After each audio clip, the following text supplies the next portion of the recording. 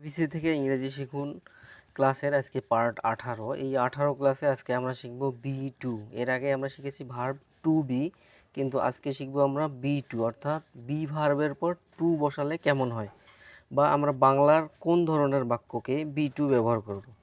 তো তে হয় অর্থে বি টু, বা বি টু বলতে am to, is to, are to, was to, were to বা বি টু ব্যবহার করা হয়।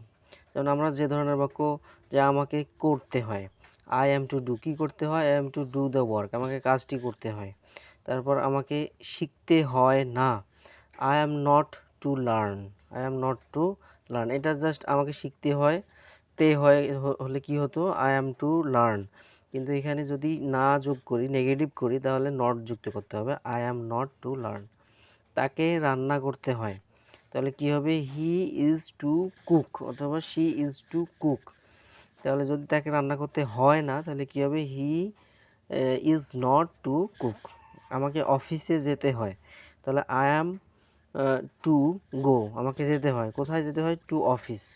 এভাবে আমরা যে সকল বাক্যের তে হয় বাংলা বাক্যে, সেই ধরনের বাক্য করব।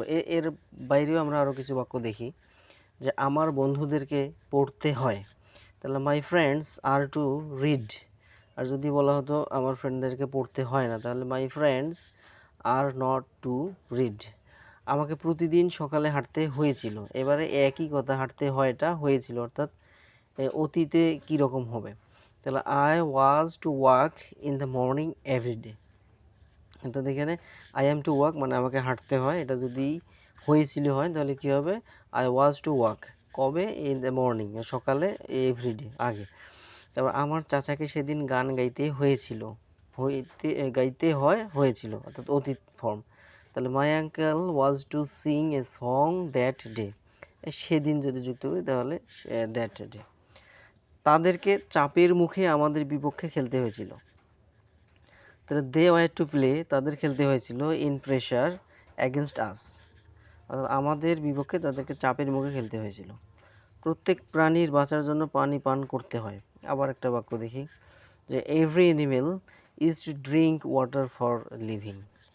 এভাবে আমরা যে কোনো ধরনের যে সকল বাক্য তে হয় ব্যবহার করা হয়, তে হয় সেই ধরনের বাক্যে আমরা এই বি টু ব্যবহার করে অনুবাদ করতে পারি বা গ্রামাটিক্যালি কারেক্ট সেন্টেন্স তৈরি করতে পারি। ধন্যবাদ সবাইকে।